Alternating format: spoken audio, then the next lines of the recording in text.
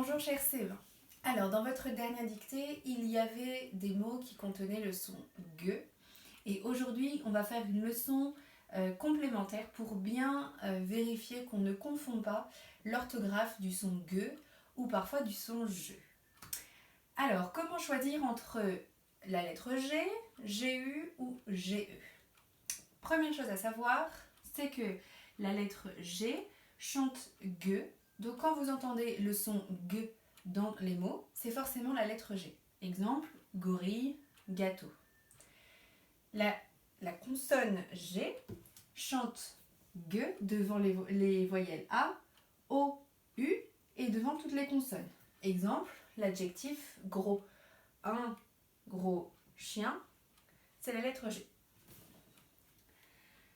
Mais, petit 2, la lettre G devant les voyelles E, I et Y ne va pas chanter G, mais elle va chanter J. C'est le cas du mot girafe, par exemple, ou le mot cage, ou le mot coquillage. Ce qu'il faut retenir pour ce point numéro 2 aussi, c'est que tous les mots qui terminent par le son J, la plage, le coquillage, les nuages, la cage, etc., eh bien le J s'écrit G-E. D'accord? Je le réécris. Tous les mots qui terminent par le son je, comme la cage,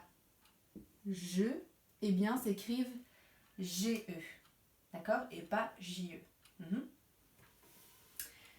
Mais quand je veux garder le son G, j'ai besoin d'utiliser la lettre G.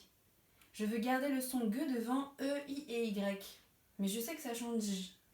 Donc la seule solution, c'est d'ajouter un U, puisque devant le U, le G chante G. D'accord? Donc je dois ajouter un U muet. On ne l'entendra pas dans la prononciation. Donc je rajoute mon U et je peux mettre ma voyelle I, E ou Y.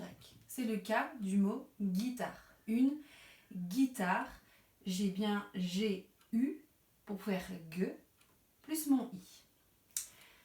Attention, dans certains mots, le U n'est pas muet, il faut le prononcer et ça, vous allez vite le savoir, ça dépend du sens du mot.